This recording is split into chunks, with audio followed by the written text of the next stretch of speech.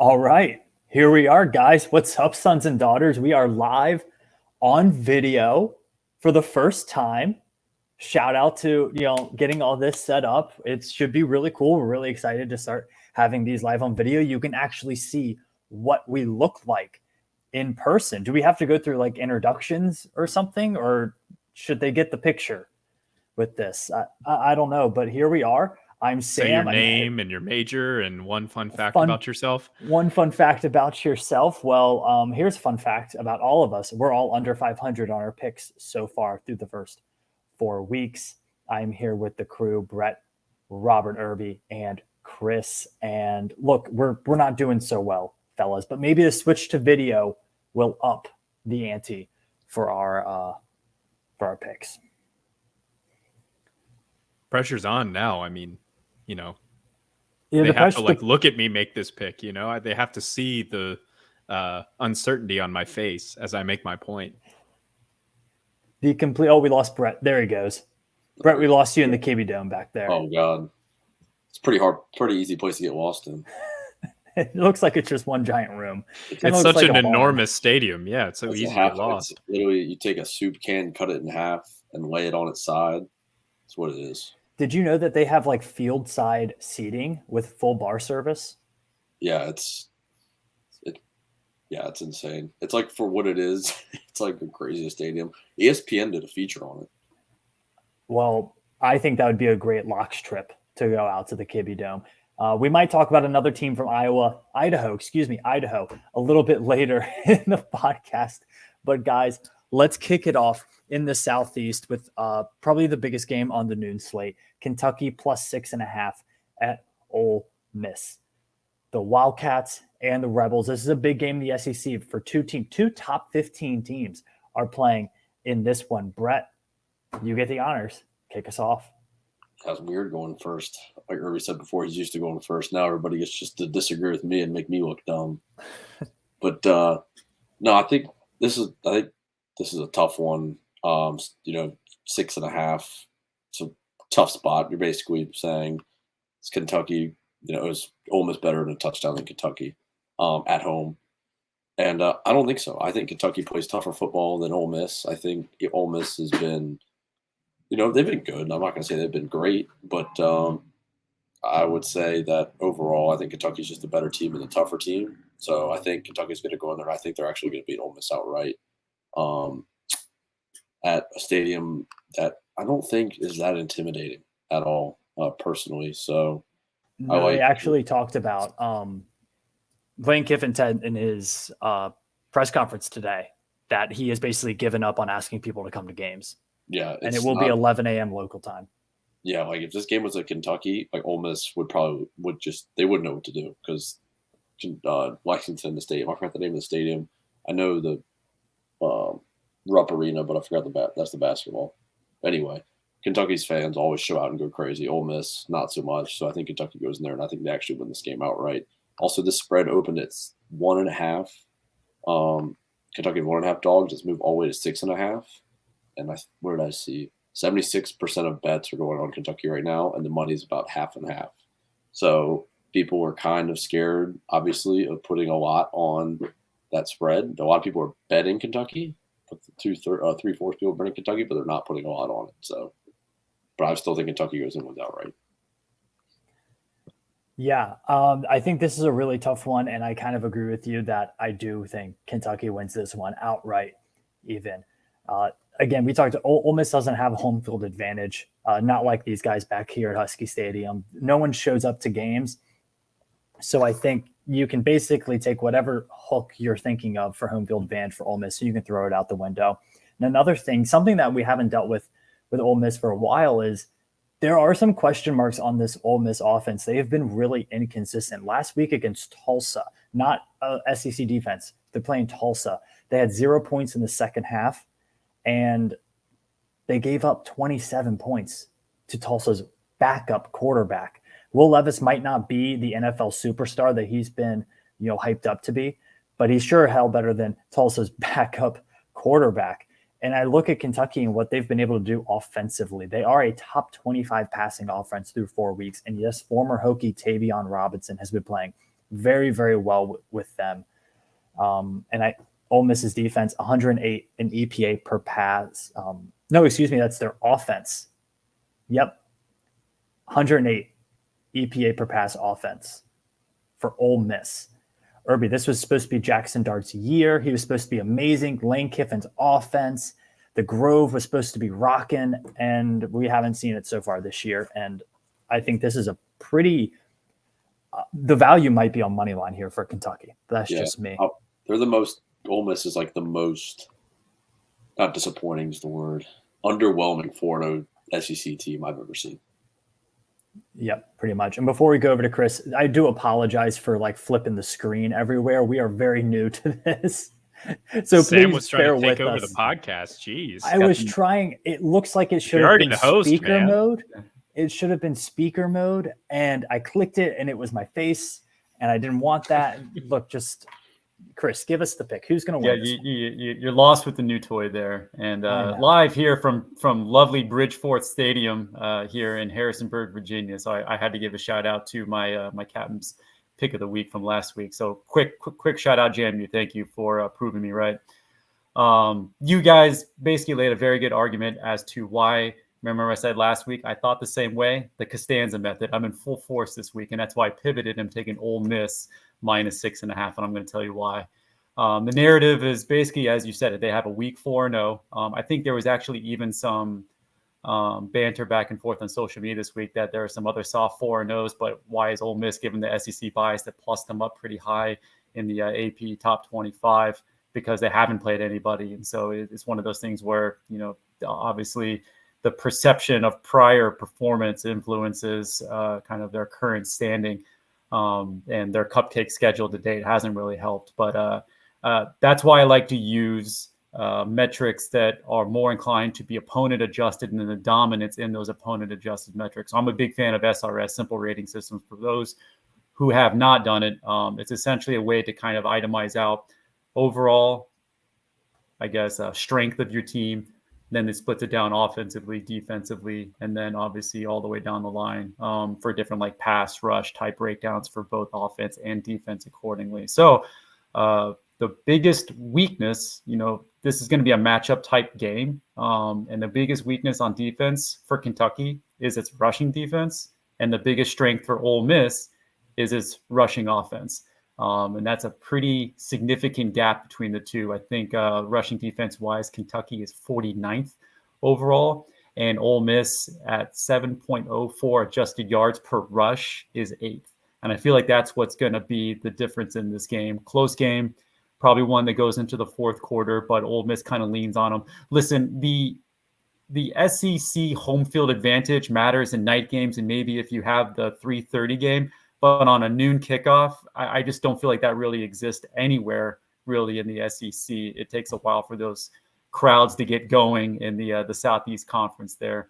So I'm not necessarily afraid of Ole Miss not having a home environment. I mean, how many times have we heard Nick Saban yelling at his own student section for Alabama? I'm not necessarily comparing Alabama to Ole Miss here, but I think that's a bit overrated is what I'm trying to say. If you are not the LSU Tigers or the 12th man in Texas A&M, I don't think that home field advantage really, truly exists at scale anywhere. Sam, you look like you want to interject.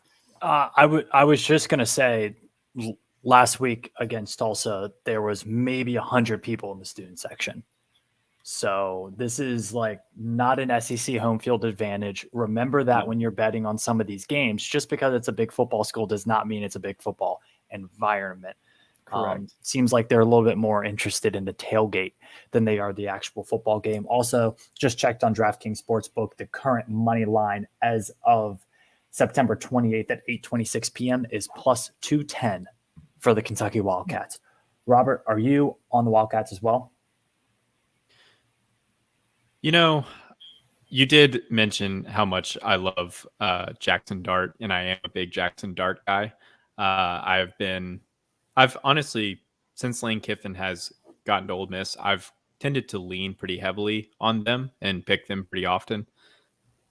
But I was really concerned, especially by the second half against Tulsa last week. The final score of that game was 35-27. and Ole Miss had 35 points at halftime. So that means they scored 0 points in the second half. That, like, against Tulsa, like, this is Lane Kiffin we're talking about. Yeah, this is like one of the greatest offensive minds in college football, and his offense can't even muster a point in the second half against a bottom half AAC team. Like, come on. And it's not like they had a bunch of turnovers. They had one fumble, but then every other drive ended in a punt. Like, they just simply could not move the ball. And I mean, I think the idea that Kentucky is this, stalwart as well is not necessarily true, because they were, Northern Illinois had them on the ropes last week as well. So they're definitely probably one of the worst 7th ranked teams I've seen in a while. But the key to this game is that Kentucky is going to have the best player on the field. And the best player on the field is the guy Sam mentioned earlier. It's Tavion Robinson. He is a stud. He is averaging 17.5 yards per catch. He's 3rd in the SEC in receiving yards right now. He is an all-around stud. And it's really hard to see as a Virginia Tech fan, but Tavion is a matchup problem for every defense. And yeah, and as we've mentioned ad nauseum, Kiffin had the comments about poor fan turnout, etc. But it's interesting. It's like, not only do they not have a home field advantage, so not only is playing at home not a positive for them, the way Kiffin was speaking, it was almost as if it was a negative. Like, he was talking about how they had to kind of coach the players through the fact that there weren't enough fans there. Like, it's negatively affecting them when they run out of the tunnel and they see no fans there. Like, that kind of deflates their motivation a little bit. Tyler Van Dyke, Miami quarterback, was saying right before they lost to Middle Tennessee State at home, where no one was in the stands. He's saying you'd rather play road games. Right. Exactly. That's exactly what I was about to say. Is it's like, it's almost a negative to play at home at this point. So yeah, I'll take the 6.5 points. I'd probably sprinkle something on that money line, but the covering 6.5 here for Kentucky is absolutely my lock of the week. I don't have a cha-ching thing, but there you go. Brett, you're back to us. You disappeared for a bit. That is weird. It's when I go on mute, I disappear. Just don't go on mute then. Well, I think you're leaning back in your chair and then your chair disappears. Oh, that was weird. Well, I'm battling a little bit of a head cold, so I don't think you want to hear me sniffle for 45 minutes. The people want real. That's what the people want. Well, Kentucky, Ole Miss will be a big game in the SEC, I think, for both of those teams, top 15 matchup. But I think an even bigger game is going to be happening in Waco, Texas. Oklahoma State plus 2.5 at Baylor. This game could go a really long way in determining who plays in the Big 12 title game. So, Brett, we're going to kick it off with you before the head rush hits you again. So, State and Baylor. As I've stated before, I think Oklahoma State, I was a little bullish on them in the beginning of the year.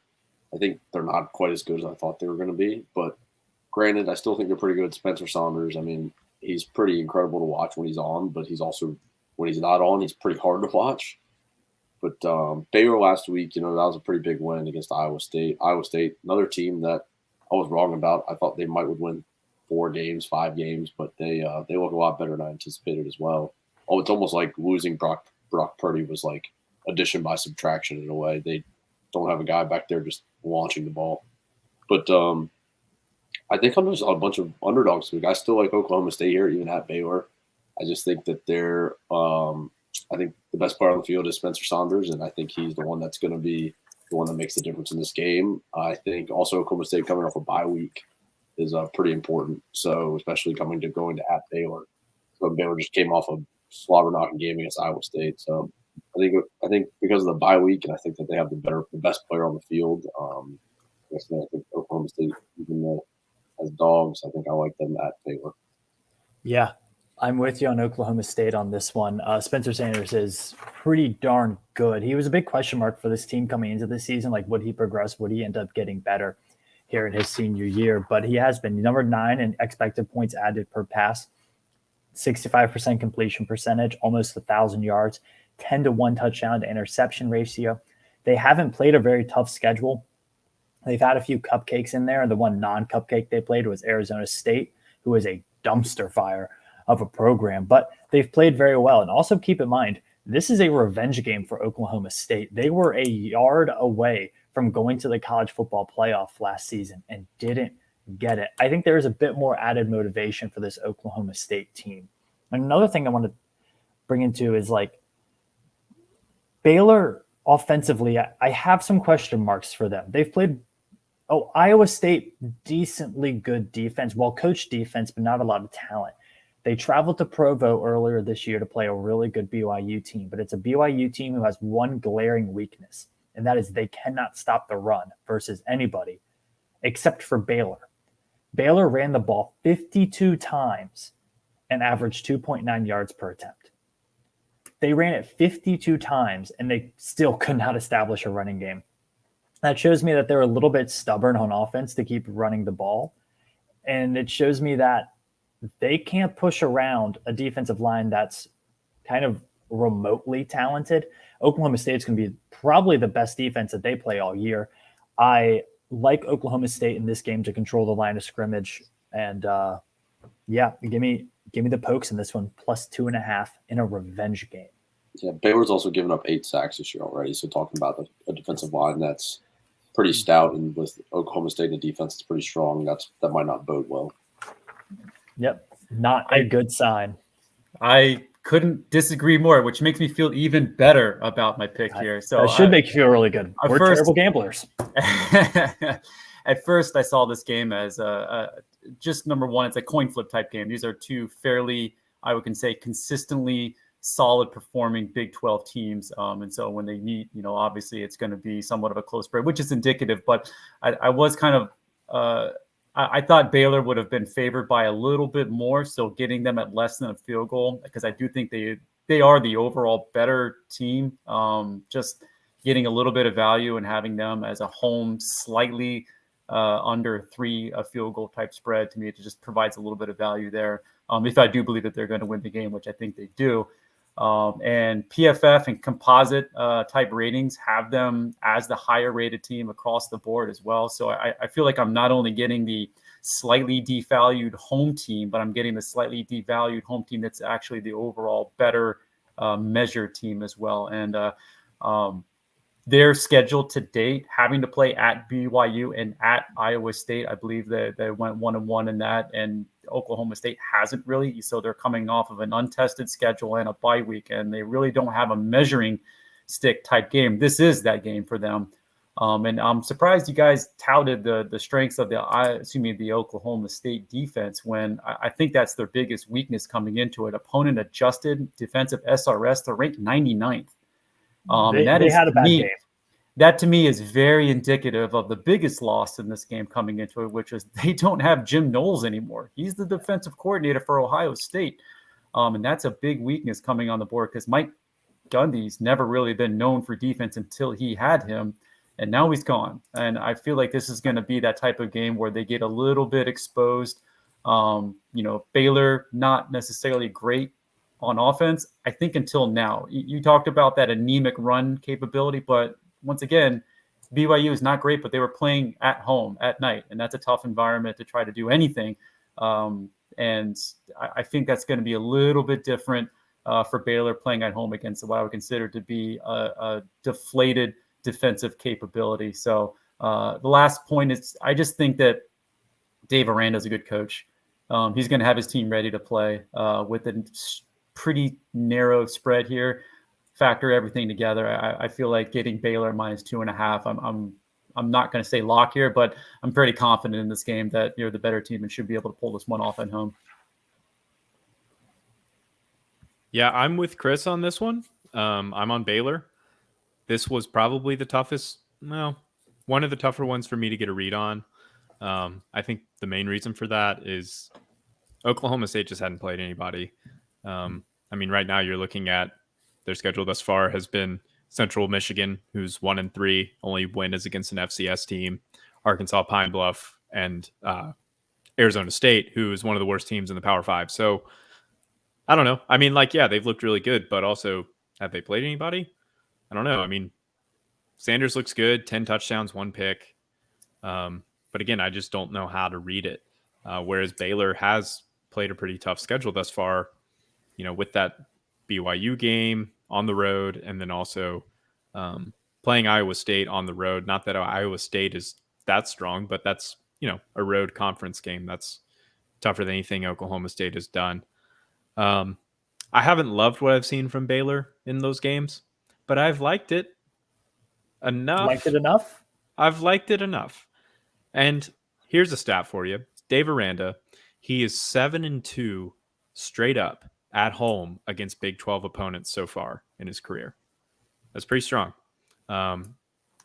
So I like Baylor to win. I definitely think there's a world in which Sam and Brett are right, but I just can't confidently agree with that, just with Oklahoma State being this unknown commodity with the coaching changes and everything else.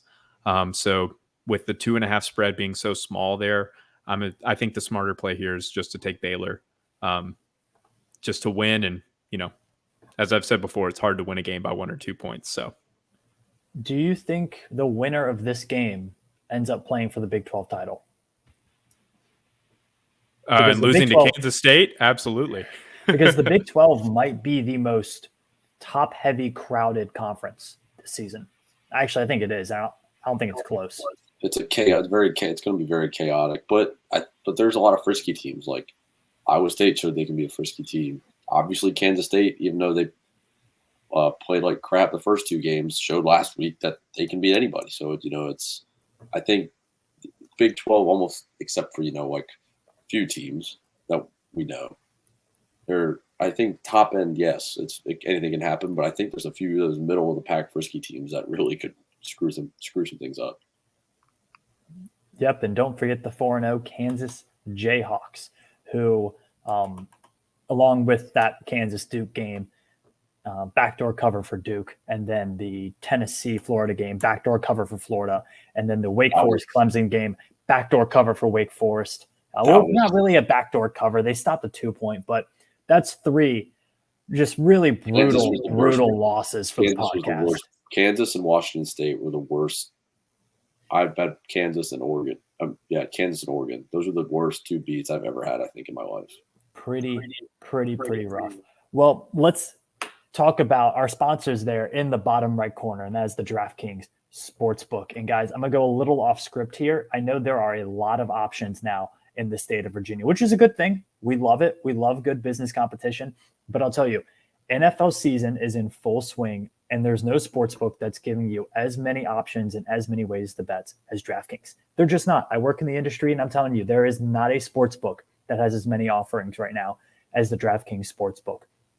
Touchdowns, big plays, even bigger wins. If right now on DraftKings, if you bet just $5 on any NFL team to win, you get $200 in free bets if they win. You can turn $5 into $200. Other sports books, $150, $100. DraftKings bumping it all the way up to $200. And if that's not enough, you can step it up another time with same game parlays. Right now, for every leg that you add to your parlays, you can boost your payout by 100%. And to make things sweeter, you can throw down on stepped up same game parlays once per game all season long. Irby, how do they do it? They download the DraftKings book app now and use promo code SOS to get $200 in free bets if your team wins when you place a $5 bet on any football game.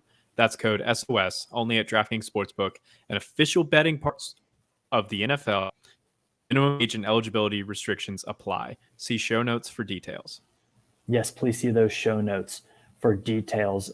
This, as a gambling podcast, we should point out that September is Gambling Addiction Awareness Month, so make sure that you're betting within your means and responsibly. All right, fellas, 3rd game on the docket, the CBS 3:30 game. It's a big one in Fayetteville. In my opinion, this was the toughest. This is a tough game. A tough game, Brett. You're going to go before me. I need you to convince me one way or another. Yeah, this one's tough. Last year, I believe the spread was like 21.5 or something like that. And it was tough to pick. And obviously we saw what happened. I mean, Alabama, I think they went up early, 3 touchdowns, and kind of just kept it right there the whole time. But and I'm kind of going the same trend here. I think I think even at Arkansas, I think I'm sticking with Alabama. Arkansas, obviously, last week, that brutal loss to Texas A&M. A lot of bettors on that one. That was really bad. I think they were 1.5 on DraftKings, and they lost by 2. So that one was rough. But I still think I like Alabama here. I mean, Arkansas, yeah, they have good wins. I mean, Cincinnati to beat by 7. Missouri State. I mean, that's not a good win, but that almost killed Arkansas's program. I'm convinced if Bobby Petrino went in there scorched earth and beat Arkansas, the program would have been dead, like toast. That's it. It's over. So just rides away on a Harley. Yeah, exactly. Yep. I think it would have been over. So, and then South Carolina, pretty convincing win, I'd say overall, but I think South Carolina actually is not very good at all, like at all. People thought they would be a frisky team in the SEC this year, winning 7-8 games. I think they might win like 5, but if that. I mean, Charlotte was giving them hell for half the game last week. Yeah, Charlotte's awful. They're really bad. Yeah, and all those Virginia Tech fans that wanted Club Lit, I really hope they reconsider what kind of brain they have. But anyway, yeah, I think I'm on Alabama here. I think Alabama, the Texas game, Texas better than expected in my book. And I think that environment, Alabama, then everything to lose, nothing to gain. They're expected to win that. So I feel like they played pretty bad all game and they still pulled out a win. So, I mean, obviously they have just dominated everybody else. I think the 3 other games they've won by 50 points or more, I believe. They haven't played anybody. It's typical Alabama early season schedule, but they have 1 big game and 3 trash games. So I'm kind of rambling on here, but I'm on Alabama. You don't make money betting against Nick Saban. You just don't. I mean, in the long, you might lose one here or there, like you did, like Texas. You're going to lose one here or there, but it's not going to happen often. So even at Arkansas, I think I'm on Alabama to win by 3 scores. Well, Brett, that's what everyone says. You don't make money betting against Bama, but you're really close to breaking even. Alabama is 11-8 against the spread since the start of 2021. 11-8. They are 1-4 against the spread in their last 5 true road games. I'd like to see the spread on games for the games where they're projected to win by like 60 against the spread versus the teams that they're playing like when they're projected to win by like 2 touchdowns against South Carolina and they beat them by like 40. I agree with you there. I'm just saying that it's not as easy money as I think the saying goes, right? No, I can see it's that. Not. It's in the big games, I think, is when they show up most of the time. Yeah, big games, they definitely show up. And this is a big game. Like, this is if Alabama wants to win a national title, they probably need to win this game. Like, if they don't win this game, they need to be perfect throughout the rest of the season. They're capable of that, but the roster isn't as good as dominant, I should say, as it has been in previous years. I think I'm going to go with Bama, and here's why. The Arkansas defense has not been great. Number 81 in EPA per pass and number 97 in EPA per rush. Arkansas is giving up a first down on 71% of first and second downs. Flip it over to the other side of the ball. The Alabama offense is gaining a first down on 80% of their first and second down attempts. Where the Alabama offense has struggled and where they struggled in that Texas game was on third down. Right now, Alabama 36% on third and fourth down. That Texas game, they were 5 of 15. Texas was able to get their offense off the field and at least control the clock for a bit of that game. So I think that's why this game was so close. Alabama, the key to their offense is just moving quick, staying out of third down scenarios where they can be a bit more predictable. Arkansas, not a defense that puts teams in third down situations enough so far this year. So that's why I think Alabama wins this game. And I think they're going to cover the spread doing it. We got caught last week on backdoor covers. I think we're going to win one with a backdoor cover here. I think it might be a really weird scoring game. Like I could see Alabama winning this one by like 18 or 19 points, something a little weird like that. So roll Tide minus 16.5. So weird, kind of something weird that's been going on. 74% of the money is going on Arkansas right now, but the spread opened at minus 17. It's only moved half point. So that tells you that Vegas is like, yeah, we're not budging on this line. We're still buying into Alabama. Yeah. Chris, are we sticking with the Tide? We are. And I fully agree, and I'll lay out my case here. But yes, when in doubt, do not bet against Nick Saban, even in these kind of larger spreads that we're seeing. And Sam, you kind of at least highlighted one of my points here, which is the type of win it's going to probably end up being. But I'll go ahead and start at the very top here. So number one, to me, the glaring difference was just Bama is a composite rated opponent adjusted better team. They're fourth in the country. Arkansas is 52nd overall, and it is their defense that creates that big disparity. Defensive SRS rating, opponent adjusted, obviously. They're second. Arkansas, 108th. They are not very good on defense. PFF, even when you look at kind of all of the split out of metrics of how they rate on defense, Alabama very good at 92.1, Arkansas 69.4. And their weakest elements on defense is tackling and coverage. Well, that's going to be an issue because Alabama has insane athletes and they have Bryce Young. So I do think this is going to be a little bit of a field day for the Alabama offense, specifically through the air. And on the other side of it, these heliocentric type style offenses that Alabama gets to play with KJ Jefferson, who is good, but not necessarily a world beater type talent. That's going to, those types of offenses are custom made for a really athletic Alabama defense to swarm and just shut them down. And I mentioned a composite rating, so I don't know if anybody else has followed him. I found him, my followership of Bill Connolly, ESPN, through his S&P Plus, but it's an account that the guy's name is Nick Manzo. I don't know if everyone's ever heard of him. He creates a composite of all of the composites, and I love that. I love to aggregate, and this one is of SP Plus, FPI, the beta ranking that we all love, near and dear to our hearts here, FEI, K4. There's some things I'm probably even going to make up here. Maybe just put some acronyms out there. But it's 1, 2, 3, 4, 5, 6 different rating systems that he composites an aggregate score for, and then ranks them accordingly. So think of it like a composite of all the other composites. It has Bama number 1. Arkansas is not even ranked. So it is telling, just in terms of the power and performance against opponents for these two teams and the disparity. Granted, the narrative is that Arkansas is this really good SEC team. I'm just not seeing it against Alabama. It's hard to say I'm getting value in laying 16 points, but and you kind of laid out the point. Historically, Bama's trends under Saban against ranked opponents, 49 and 36. That's 57.6. There's value there in taking that. Conference games, 67 and 50 in the SEC. That's 57.3%.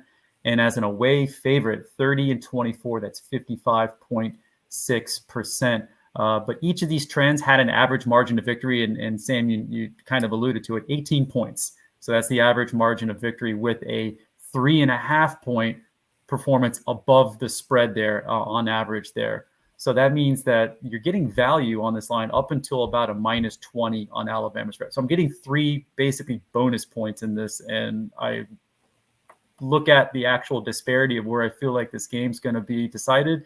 It's going to be Alabama's playmakers getting out in space, Arkansas not making tackles, a lot of big explosive plays.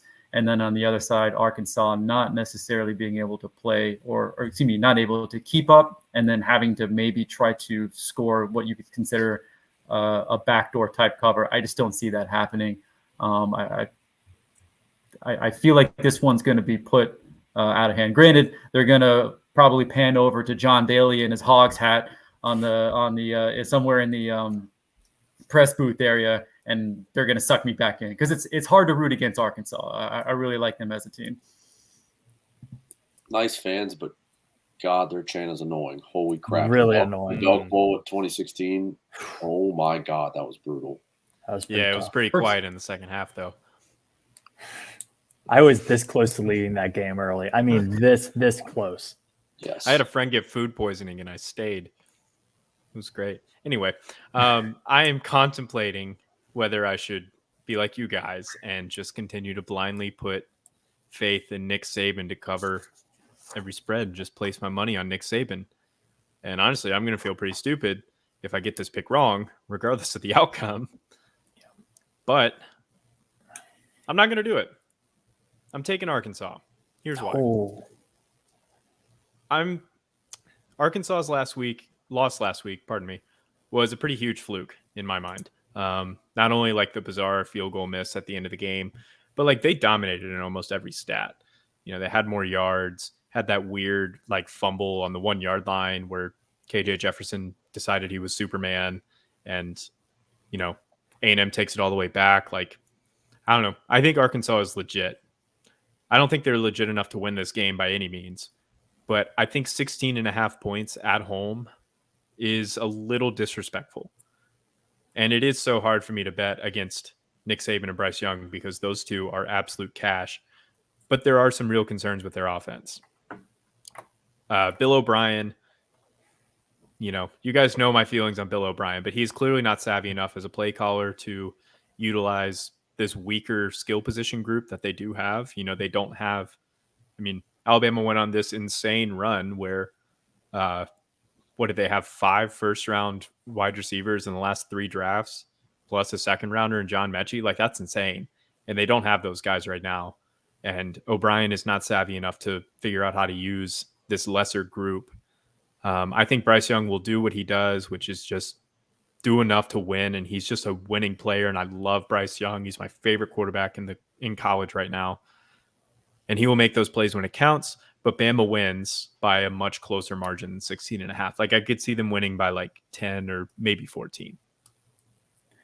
We will end our Alabama-Arkansas talk with a quote from Alabama's all-world, all-American, what I think should be Heisman finalist defensive end Will Anderson Jr., who, when they asked him about his motivation, he said, "I tell people all the time that the audacity for the other team to even step on the field is disrespectful to me." And Will Anderson, dog. Yeah, he's got that dog in him. As long as he has the audacity to line up onside. Yeah, he's got a little bit of Myles Garrett in him, doesn't he? A little bit of Myles Garrett in his game. A little too quick off the ball, but he's an absolutely incredible player. In the context of the whole answer and the question, that was a phenomenal answer. He's one of those guys. He didn't go out of his way to say that, by the way. He's one of those guys I feel like he wouldn't care if you like hit somebody so hard legally that he like knocked him out. He'd be like, "Well, sorry," or ended their career or something. He'd be like, "Well, sorry, hit you." I think in a world of football right now where we're so obsessed with offense, like we need to take a step back and realize how special of a player that he really is. Like these type of defensive ends don't happen a lot in college football. So really awesome player. I love him still as my Heisman pick. I think he's going to have a big October and November. Well, fellas, let's take it from the SEC a little bit up north into the great state of South Carolina, where this one will be. North Carolina State.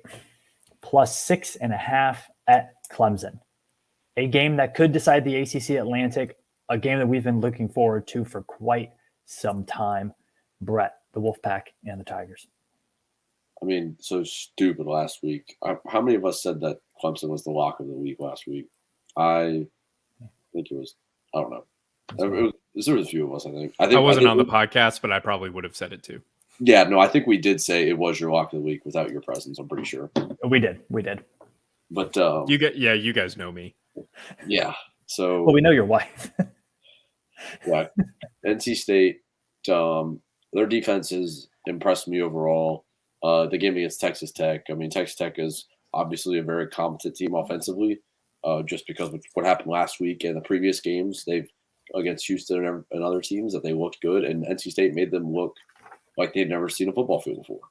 So I kind of bought into the NC State defense a little bit, and against the Clemson offense, it's going to be like immovable force versus unstoppable force versus immovable object or whatever. I just think that It's just between the NC State. Sorry, got screwed up.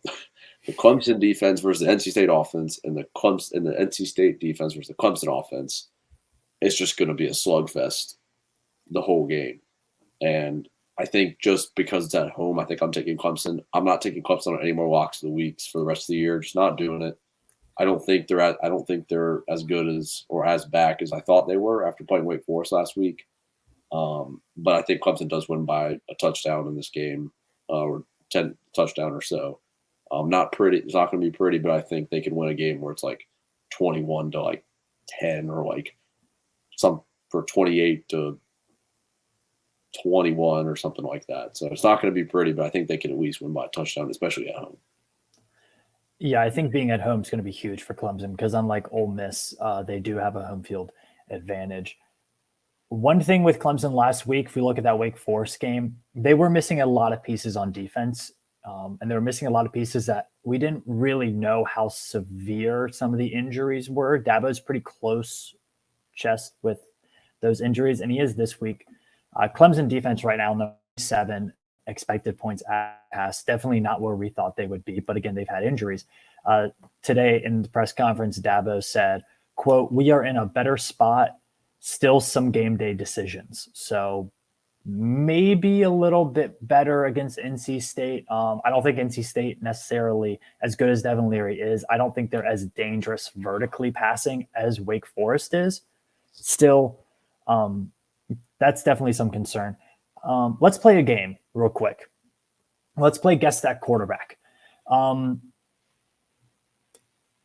of the quarterbacks in this game is 36th in expected points added per pass, and the other quarterback is 50th. Who do you think that is? Who do you think's 36th? Kay Klubnik. It is not Kay Klubnik. No, just kidding. He doesn't have enough snaps yet. It's got to be DJ over Leary. Yeah, it's DJ. Yeah, It is DJ.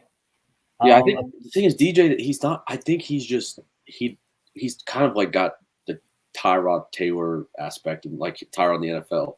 He doesn't do enough. He does like just enough to like makes like, oh, he might actually be really good, but he just doesn't do enough. Like he doesn't take risks. He doesn't. I don't know. He's just. I think he like the efficiency part. I think his efficiency is good. It just doesn't have a lot to it. Mm-hmm. Well, and he's really streaky. Like, yes. Well, you talk about risks, and by the end of that Wake Forest game, he was making some risky throws, but it took him a long time to get there and get comfortable to like that touchdown he threw, the last one to the tight end. Like he threw that where only the tight end could get it. You know what I mean? But it takes him a long time to get there, and if he's out of rhythm, then it looks a lot like what you're saying. Yeah, and let's take another one. One of the quarterbacks in this game has a QBR of 74.7.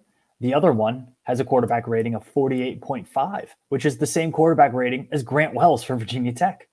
Which one has 74.7? That would be DJ Uyunglele. Yeah, Devin Leary has a bad QBR right now. Yeah, I'm not bought into the whole NC State off like Devin Leary thing. People, I'm just not into it. I got one more for you. EPA per rush. Clemson number 29, NC State number 64. NC State has played Texas Tech, UConn, Charleston Southern, and who they start the season with? East Carolina. We are an NC State podcast. I mean, first and foremost, basically, we're an NC State podcast. We were last year. They won us some money. Yeah, then they started running their mouths. Now we're not. And then anymore. they started running their mouths a little bit. They started talking about ACC champion.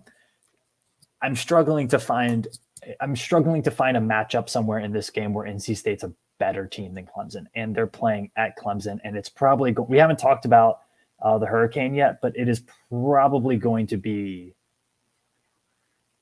raining really, really bad, and I think I like Clemson's physicality in the slop, so I'm going to go with Clemson. Yeah, I am being whispered back from here. I am in an NC State household right now, and I am being told that NC State is 2-0 when there's a hurricane. That sounds amazing, and I'm going to lay out the reason for why that's not going to be in this game. So, number one, we have to kind of just talk about the elephant in the room. And we always talk about how Clemson has that like one game a year where it's an inexplicable loss. And, it's usually, surrounded by just running the table. We haven't had the NC State game yet. That is looming out there. It's going to happen. Why not on a 7:30 nationally televised game in Death Valley and Clemson when it's going to, you talk about having an epic home field advantage, that is Clemson at night in Death Valley. So that's a big one, especially given the kind of quote unquote top 10 matchup of this game, the gravity of the situation. This is the perfect moment for NC State to drop a complete zero because it's what they do. They have one epic one per year, and I feel like that's what we're due for. I'm predicting that, at least to start though. But NC State's biggest weaknesses are tackling. You go through all the metrics; they're not very good. They have a strong kind of quote unquote front seven, but that's going to be an issue when you get the wide receivers for Clemson not as great as they have been previously at the skill position. But I do feel like Shipley, DJ, and getting some of their skill positions in space does present an issue for NC State, especially in their secondary. It was you mentioned the gravity of a revenge game. I think it was for OK State versus Baylor. I feel like this is another one because Clemson did lose this game last year in Raleigh. Mm-hmm. So there is a little bit of that. They got that first kind of, Clemson is on the downswing type narrative because of this game last year. We have already mentioned the fact that Leary has regressed from his. I don't know if there's a glide path for him to get to where he was last year from where he's already started off the season. It's pretty significant improvement he's going to have to show over the next course of the next few months of the season because it's not where even remotely close to where he was on par with last year. And then the other part here is just the Dave Doran expectations on the road type performance here. So NC State 9-14, that's 39% under Dave Doran as an away underdog. Average margin of victory in those games is negative 13 points. So roughly about a 2-touchdown margin of loss, if you can think of it that way. And then 11-12, a little bit closer towards a coin flip against ranked opponents. But the average margin of victory in those games is also negative 14 points. So, all of it being set on a pretty big stage. I feel like Clemson, you can talk about some of the injuries, and I do think that explained the kind of quote unquote shootout last week. But anytime that Dabo is being vague, he's probably shying more towards getting those guys back from the same kind of message I was reading. And so I do think they're going to have a little bit more of their defensive acumen back there. And I think that does not bode well for what I would consider to be a less dynamic, less explosive NC State team. I feel like that matchup heavily favors Clemson and what I would consider to be the much better defense and probably one of the better ones that NC State's faced all season. So give me the Tigers, especially at home in this game. Yeah, I'm on them too. Don't feel great about it now that you guys have all said it, but Clemson's I wouldn't either. Clemson's primary vulnerabilities last week almost exclusively came from their DBs and being able to stop the pass. But luckily for Clemson, we talk about the hurricane, you look at the path of Hurricane Ian right now, it is going straight through Clemson, South Carolina. That's important to note here. The brunt of it should be gone by the time the game starts, but it's still going to rain all day. And that field is going to be wet, and then it's going to probably still be raining when game starts at 7:30, which means that neither team is going to be able to throw the ball as effectively because you can't throw a wet football. So that works out well for Clemson. I think that their focus right now for this game especially should be to put the game in the hands of their best players. And right now we see that defensively, that's their front seven, because probably all 7 of those guys will be in the NFL. And offensively, it's Will Shipley. Will Shipley is averaging 6.8 yards per carry right now. He is just a phenomenal playmaker. The way that Wake Forest was able to keep things interesting and really, more than keep things interesting, basically almost win the game, was very gimmicky, and they were able to kind of stretch Clemson out a little bit and overcome the athletic disadvantages with schematic advantages, I suppose. If Clemson's going to win this game, they need to prevent that from happening, and just kind of allow their superior strength and athleticism to take over. And with there being a hurricane and the other circumstances of this game, like, it plays right into their ability to do that. I think NC State is good, but not great at stopping the run. They are currently graded out as 54th run defense by Pro Football Focus. And they have themselves run the ball better with, is it Sumo Karangbe? Is that the running back's name that they have? Your pronunciation is as good of a guess as mine. Okay. Yeah, I just love that the first half of his last name is Sumo. Like, that's just, what a beast. Pretty good name. He is a more physical runner. He's a big dude. And that is utilized really well when you're playing weaker defensive fronts, when, this running back is bigger than the linebackers. But that's not the case. He's going to have his work cut out for him, trying to run through other beasts in Brisset and Miles Murphy and like Tyler Davis. Like, those dudes are enormous and strong and fast. Like, you can't try to out-muscle those guys if you're a running back. Add on the fact that State has not won in Death Valley since 2002, and Clemson has not lost a home game since 2016. I see Clemson pulling away late in an ugly game. I see maybe it's like a 7-3 or a 10-7 game going into like the early fourth quarter, and Will Shipley just breaks one. And Clemson takes it by a touchdown, maybe more. Something else to keep in mind for this game, we talked about it a little bit last week. If you're looking at a team and saying, hey, I think they're a really good team, but they're probably a 9-10 win team, right? That's what a lot of people are thinking with NC State. NC State over under for their win total 8.5 this year. They got to lose somewhere, right? Like, unless they're going to go 12-0, they're going to lose somewhere. This is probably that place. They should have lost game one. If that game went to overtime, they were not winning that. Yeah, they very well could have. Still think they're a very good team. They very well could win the ACC Atlantic. All right, let's talk about the Hokies. UNC Hurricane game, part 2. Really, really tough week last week. Hokies were in the game for about 2.5 quarters, kind of by mistake, but they were in the game. And then the penalty thing happened again. And again and again and again. And West Virginia just took advantage of it. And it kind of spiraled. But, here we are.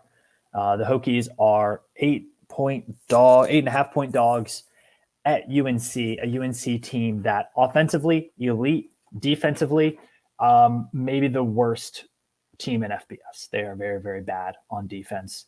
Brett, do the Hokies have a chance in this one? No, I think they do. I mean, it's been hard to watch, but when I look at the 2 losses that we've had, I hate to be like the spin zone. I hate doing the spin zone thing because there's nothing pretty about them. But if one play each of those games doesn't happen, I think Virginia Tech wins. The ODU game, the snap doesn't go over the kicker's head and they return for a touchdown. If that doesn't happen, I think Virginia Tech wins that game. And I think if Kelly Lawson picks up that muff punt on like the 10-yard line for West Virginia, I think Virginia Tech wins that game. So and obviously the penalty thing, you can't win with that many penalties consistently, if at all. But third most penalized team in the country. Yeah, it's hard to win like that. I get that. But I think you take those 2 plays and they go opposite, I think Virginia Tech is a 4-0 team, personally. I think that would have changed a lot. So with that being said, I mean, I'm just going to go with the Hokies here, Hurricane game 2.0. I mean, the run game was extremely suspect against West Virginia, has kind of been overall.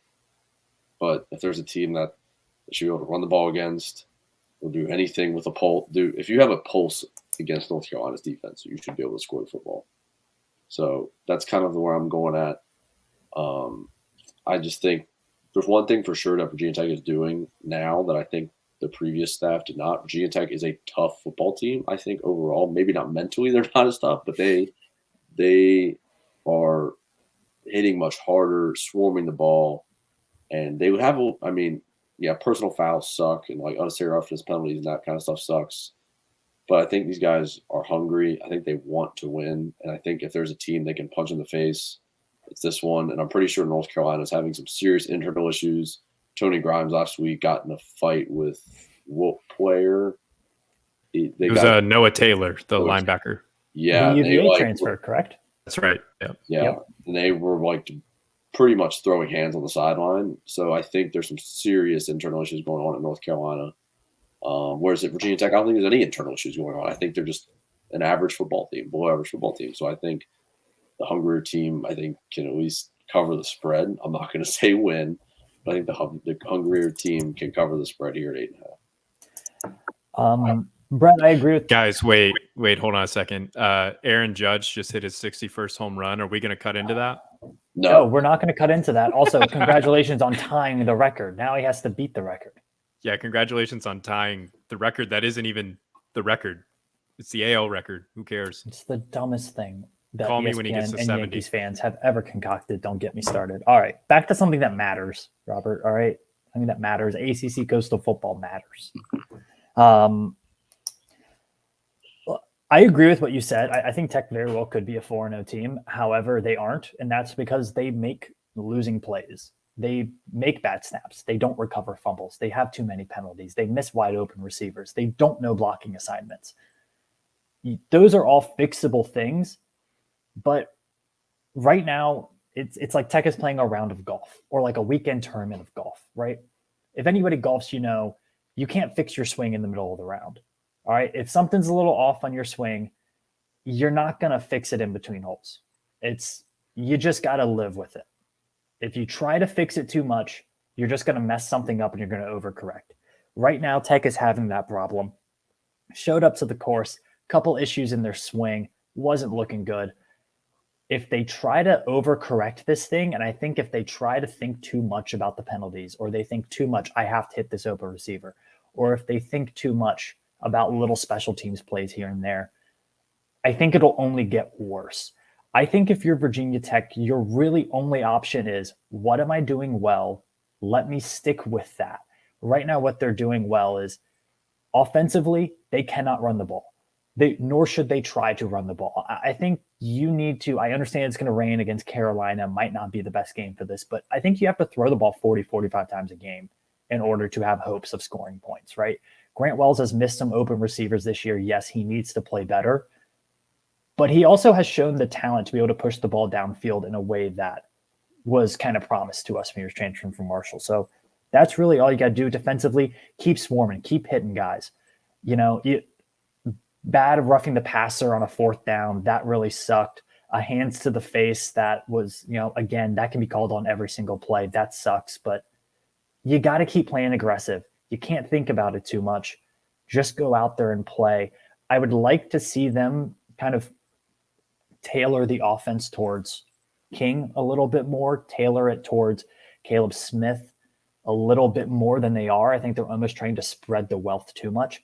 Potentially we'll have Malachi Thomas back for this week, although if it's going to rain a lot, I don't know if this is the game that you want him back. But I think they just got to try to get better. And they're not going to get better if they try to do the things that we all know suck, right? They can't run up the middle. Stop trying to run up the middle. Number 0 probably doesn't need more than 5 handoffs in a game for the rest of the season. All right. Like, stop trying to run behind the center. All right. It's not going to work. It's not going to work. Stop asking wide receivers to make incredible, one-on-one catches downfield that cannot make those catches right now. All right. Play to your strengths. Try to get better. Unfortunately for the Hokies, I think Carolina's offense just is too much. Tech could play really well on defense and still give up 30 points like they did against West Virginia, a really good defense. So I'm going to go Carolina in this one to cover the spread. I hope they prove me wrong. But I got Carolina 31-21, something like that. It'll be competitive, but the Hokies, I think, just will be incapable right now of fixing their golf game in the middle of the round. Sam, with the sage, almost Bagger Vance level of golf caddy advice, I like it. If I was a caddy, I'm just like, hey, you suck. just drink a few more Coors Lights and enjoy this round because it's not going to get better. That's where I feel like this strategy is going to be in, and in this matchup, Tech's going to be kind of like the Stone Cold Steve Austin, has a chip on his shoulder, doing like the 2 beer slams here and going in kind of full bore here. I'm holding my nose and I'm taking VT +8. And to be honest, I feel like this is just the if anyone's ever watched the I Think You Should Leave show on Netflix, this is the sloppy steak, let's slop them up bowl 2.0. It's like it is in the Clemson game. This is just going to be an awful weather game, and it's going to be in that matchup 2 culturally opposing types of style of play in a bad weather game. One of them, and if you've listened to some of the Suns already this week on the podcast, it is a more culturally aligned, hard-nosed type style of play versus a very culturally soft type style of play. And then bad weather, if you're the softer team and your strength is your strength is, a passing game, not only one, you're not going to be able to pass it very well, but 2, that's just strength of the VT, not even just the VT defense, just the VT team in and of itself, our coverage capability. So I feel like that definitely lessens the ability for UNC to put up points in this game. So their potency kind of comes down a peg. I mean, look at it last week, even in a nice sunny weather game against Notre Dame, the final score looked pretty almost at least competitive from, I don't know if you can even call what was the final score, it was like 45 to something like that. But UNC had 32. They had 20 points with like 2 minutes left to go. So they scored 12 points in garbage time to even give the illusion that game was somewhat competitive. And this is going to be a much worse weather game, obviously. And I'm not saying that VT's defense is on par with Notre Dame's, but I consider like a bootleg version of Notre Dame's defense, and they're going to be able to slow North Carolina down. So I like that matchup very much. And you emphasize your strength. That's your passing game right now. Guess what UNC has is the worst coverage game right now. I'm not saying they're going to be able to throw the ball. Who knows? Maybe the rain will knock the ball down and Grant Wells won't throw everybody over their head by about 10 to 15 yards. So maybe having a denser football helps Grant Wells find his change up here this week. I have no idea. But I just feel like this is going to be a very messy football game and low scoring. The line being at 51 was where I kind of started to look at this one and saying, like, how is this final score going to pan out? And it seems weird to think that UNC can cover a game, have it hit on the under 51, and it's like a 29-20 type style game. I think this game is going to be much lower than that. I think this is going to be like in the teens type style of game. And that to me is, if I'm getting 8 points, that's an incredible value. So I'm not saying that VT wins this game straight up, but I do think they're able to keep it close. And then who knows? The one thing I am looking forward to is a very miserable looking Mac Brown in a pouring rain with his kind of puffy coat on there on the sidelines there. So I'm really, really looking forward to that. But just give me the Hokies. I'm not liking it, but the value there is at 8 points. Chris, the sloppy steaks reference was probably the funniest thing you've said on this podcast. Like, it's the slop them up. I was thinking the Seinfeld? The Seinfeld, the horse race. It loves the slop. That was the other one. But I feel like in today's generation, the younger audience, they like the newer show. So my Seinfeld had to go a little more modern references aren't as up to par right now. There you go. I love that. Yeah, more I think you should leave references in every podcast. We'll try to get one in every show. Oh, okay. I like that. But I am on the Hokies here. I feel like, I don't know. Can someone remind me what the definition of insanity is? It's expecting the Hokies to be able to do something a decade after they were able to do it. Yeah, doing the same thing over and over again, expecting a different result. Mm-hmm. Yeah, both are accurate definitions, and I guess I'm insane. So, but I mean, I really do think that the Hurricane, this is a pretty significant factor. And I think it really benefits the Hokies and their style of play, not as much offensively, but more so defensively. UNC, they kind of remind me of UVA last year where they are weak all around defensively, and they also don't run the ball well. Their strength comes solely from their quarterback and their passing game. So, I mean, their entire production comes from Drake May, essentially. And now he has to throw a wet football. And I think that Drake May is a stud. He is a very, very good quarterback. But he's still very young, and this will be a challenge for him. This may be the biggest challenge that he's had yet is weathering these conditions against a pretty capable defense. It's well documented how good the Hokies defense is, and it's also well documented that the Hokies can't run the ball at all. But, I mean, the fact that Malachi Thomas is practicing, and the fact that UNC has one of the worst run defenses in the country, ranked 103rd on PFF right now. If Thomas is able to go and be effective, I think he could open up more possibilities for the offense. So for the Hokies to be able to have this 1-2 punch of Malachi Thomas and Keyshawn King, I think that could be enough to circumvent the terrible run blocking. Just enough.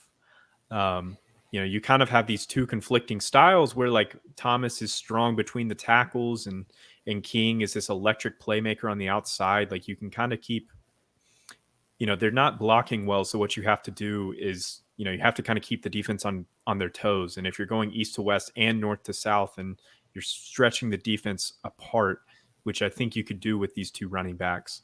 And honestly, the Hokies, they don't necessarily need to score a ton of points, I don't think, because of what I was talking about with the Hurricane. Like they just need to control the clock and they just need to keep it close. This will be the worst run defense that they have faced besides Wofford. And they had neither of those running backs for that game. And yes, this run defense is worse than ODU's. That's what PFF would say, and I would agree with that too. So what do you, Robert, real quick, what do you need from the Hokies rushing wise to win this game? Like, because they've done absolutely nothing running the ball except for one run by Keyshawn King. Are you talking yardage or vibes mostly? I mean, because I think you can, with the weather, like you can probably throw out yardage and completion percentage. Like those stats you can probably throw out for this game. Same with NC State, Clemson, same with any game you can play in this weather. Right. I think the Hokies just need to be effective. That is the word I would describe. Just like I said, you don't even need Keyshawn King to break off a 60-yard run. Like just get chunk plays and stay on the field and keep the defense off the field. So that, Drake May's sitting in the rain on the sideline, in a puffy coat, just like his coach. And so I think that they will be able to do that because I think that they will learn. And I think that the issue that Virginia Tech's offensive line really has is, we've kind of debated this both online and offline, but these guys have all seemed to take a step backwards this year. And I think it really is about understanding the scheme. And so I think as time goes along in the season, I don't expect all these problems to be fixed in a week and a half, but as time goes along in the season, hopefully these guys will understand the scheme more and they won't miss those reads and they'll be able to block the right guy. And so I think those plays where they're getting it looks like they just dissolve as soon as the ball is snapped. I think that's more due to indecisiveness because they're not starting the play ready to hit somebody. They're starting the play looking for who they're supposed to hit. And by then they've already been hit. And so I think if they can take some steps forward against a really weak defensive front, I like them to cover. And then if Malachi Thomas is on the field, I like the Hokies to win outright. You are a bolder man than me. That sigh was unbelievable. I mean, it's I can't. I mean, that has to be the worst response to a point I've ever made. Because I understand what you're saying, and I mean, look, the spread last year was 5.5 for this game, right? Really, the only time North Carolina's beaten Virginia Tech was the COVID year recently. So I see what you're saying. However, I don't have a lot of faith in in the starting 22 players that Virginia Tech is throwing out there. 7 or 8 of them are pretty darn bad. at any given moment, it could be any 7 or 8, but like they are struggling to put together solid units right now. I think this coaching staff needs the coaching time to get these guys game ready for ACC football. We were measuring it in months in the spring, like, oh, by the end of fall camp, he'll have them ready. We need to start measuring it in years, because there seems to be whatever system they seem to be installing on the offensive line, they better be able to build a rocket by the end of it, because the excuses being run is that they're complex offensive line schemes and stuff like that. They have no idea who to block. So they better be able to figure something out if they have a hope of winning a game the next month. All right, Brett. If Robert's pick for Tech to win wasn't nutty enough, let's go ahead and move to your nutty pick of the week. So, first loss last week, Rutgers, Iowa. Looked really rough in the beginning. I was like, this is over. And then they stalled for pretty much 2 quarters.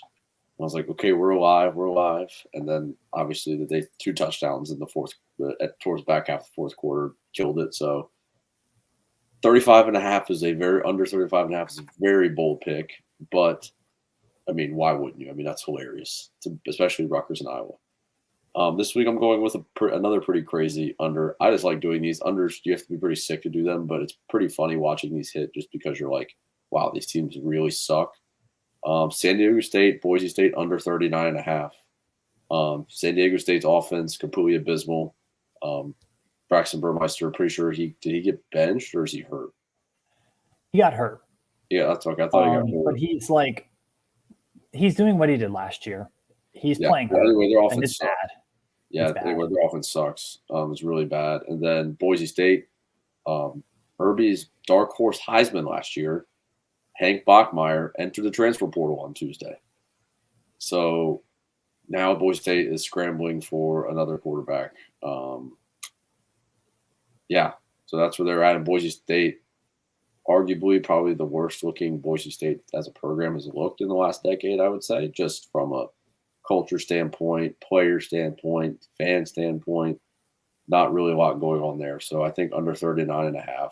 If you told me to take under 39.5 for a Boise State game 5 years ago, you probably would have looked at me like I need the drugs that guy's on. But nowadays, not so much, just because both of those offenses have been pretty abysmal, and then obviously Boise State losing their quarterback pretty unexpectedly, apparently. I think you have to go with the under here. Friday night, too. Under 39.5. San Diego State, Boise State. So I guess that means it's time for my graveyard shift game of the week. Yes, my background here, beautiful Husky Stadium in Seattle. That is only part of it, though. I'm going to hit you with a 4-team parlay. A little bit of story here. At work, guy opens up his desktop, and his background's a Cougar. I don't know why it was a Cougar, but it was a Cougar. So not only am I telling you to bet animal? Like the animal. I was waiting for that. Like the animal. Thank you, Robert. So I'm going to have 2 picks for you, just like I did last week. Not only am I telling you to bet Washington plus 2.5 against UCLA, Washington 4-0 against the spread. We're going to ride on Washington and Michael Penix all season long. Bet on the 4 Cougar teams: Houston, Penn State, Washington State, and I'm blanking on the other one right now, and I don't have it on my list. Who is it, guys? I'm blanking on it. Help me out. You said Houston and who? Houston, Washington State, Penn State. Who's the other Cougar BYU. team? BYU. Oh, my goodness, BYU, my beloved BYU Cougars. Yep, all of those teams to win is plus 170 on the DraftKings Sportsbook if you parlay them together. So the Cougar bet of the week. And yes, the Nittany Lion, it is a mountain lion is their mascot. That's what they mean by Nittany Lions. All right. I'm expecting a pretty great graphic for that, just an FYI. Inappropriate Cougar joke. I was going to say, I'm going to set aside the inappropriate, obvious Cougar joke here and move on to my captain's pick of the week here. First off and foremost, I have no idea why the purple and gold theme seems to be working for captain's pick of the week. It doesn't make any sense. It's irrational. but I'm a pretty superstitious person, big baseball fan, so I'm going to keep going with it. So I looked across the board to find, I guess what I can say, the best purple and gold type matchup here. And what better than taking the LSU Tigers -8.5 against the complete dumpster fire Auburn War Eagle. I'm just going to leave them at the War Eagle. They shouldn't change their name to that. They need a rebrand. This is a tale of two teams. I know one of them is LSU. That early season loss against Florida State, the missed extra point. Obviously, we now know that Florida State, a much better football team than had previously anticipated going into the season. That kind of took the national sentiment off the scent of LSU, but they've only been really, really good ever since then. And right now, they're metrically across the board one of the better football teams in the country. That composite rating I referred to earlier in the podcast, I think LSU is ranked 8th. If you look at the SRS in terms of simple rating systems, LSU 7th, Auburn 62nd. That's why we go to the tale of two teams, Auburn. The PSU game, it's going to be Penn State, one of your fellow Cougars there, Sam, 41-12 drubbing at home. That started pretty much what we can expect from the Auburn, I guess, booster faithful. If you listen to, Slow News Day, Kevin Clark on the Ringer, he had AJ McCarron on, essentially just said that if they had lost the Mizzou game, which if people remember came down to the Mizzou player just dropping the football, going into the end zone. So that should have been a loss for them, which is pretty embarrassing considering how bad Mizzou is as a football team. But he would have been fired right there on the following day. So he's a dead man walking. It's very reminiscent of how the Virginia Tech last year, when Fuente knew that he just wasn't coming back, just the program pretty much collapsed at that point. The entire care meter just completely pegged at 0. You mentioned Boise State looking pretty bad. Maybe Harson's going to go back. I have no idea. But I just feel like Auburn's going to be a complete dumpster fire for the rest of the season. And if, they lose this game pretty badly, he's probably going to be fired on Sunday. Also just very impressed with LSU, especially in the fourth quarter. Against Mississippi State and Florida State, two pretty good football teams. LSU outscored both of them 24-7 in the fourth quarter in each of those games. So I do feel like this is going to be, if it even is close, in which, most people think Jordan Hare at night, weird things happen, maybe Auburn, those were different Auburn teams. This is a much, much more, I could say, apathetic, waiting for the season to end. And it's not even the end of September right now, Auburn team. And I mentioned the purple and gold theme. What better coach to take than Brian Kelly and the hue of purple that exists on his face as he gets angry on the sideline? He's the ultimate purple kind of faced coach there as well. By the way, shout out golden hair. Yes, Sam and Irby for the purple kind of themed mascot teams in their color, Huskies and K-State. This is a very pro purple podcast. Other than DraftKings, this podcast is also brought to you by Grimace, the McDonald's character. Very regal mascot to have on there as well. But I'm taking LSU -8.5. Sounds so good. I want to fade LSU so bad, but I think I agree with you. I mean, Auburn, I don't think you could have a worse quarterback situation for an elite program than you do with Bobby Ashford and TJ Finley. I mean, that's I honestly thought that there was going to be a lot of heavy-handedness on LSU betting, but the activity right now, I checked the Action Network, and it's 52-48 on the betting volume right now. So there's a lot of people that still think that Auburn, there's value there. I don't see it. I think that this game could be a blowout. He did give them life on offense last week. TJ Finley won't see the field again. He's done. He won't see the field again. If that is your go-to right now, I feel like it's way too late. I agree. No, it's a done deal. Auburn's dead. Mm-hmm. Of course, I say that now, and they're probably going to complete resurgence. So you're welcome, Auburn fans. One more year, Brian. They'll say they've loved Harsin the whole time. My free money pick of the week. Honestly, I was kind of scouring the sports books, and I got to say a little more airtight this week. It was harder to find a free money play, but I'm going to go to the well that has worked out so well for me on free money, and that is Wake Forest. I don't really understand. This is the one that I can't I can't understand why this line is this way, but they are a 7-point dog on the road at Florida State. I understand the strides that Florida State has made as a program. I understand how good they've looked and how much the analytics really love what they've done, especially offensively.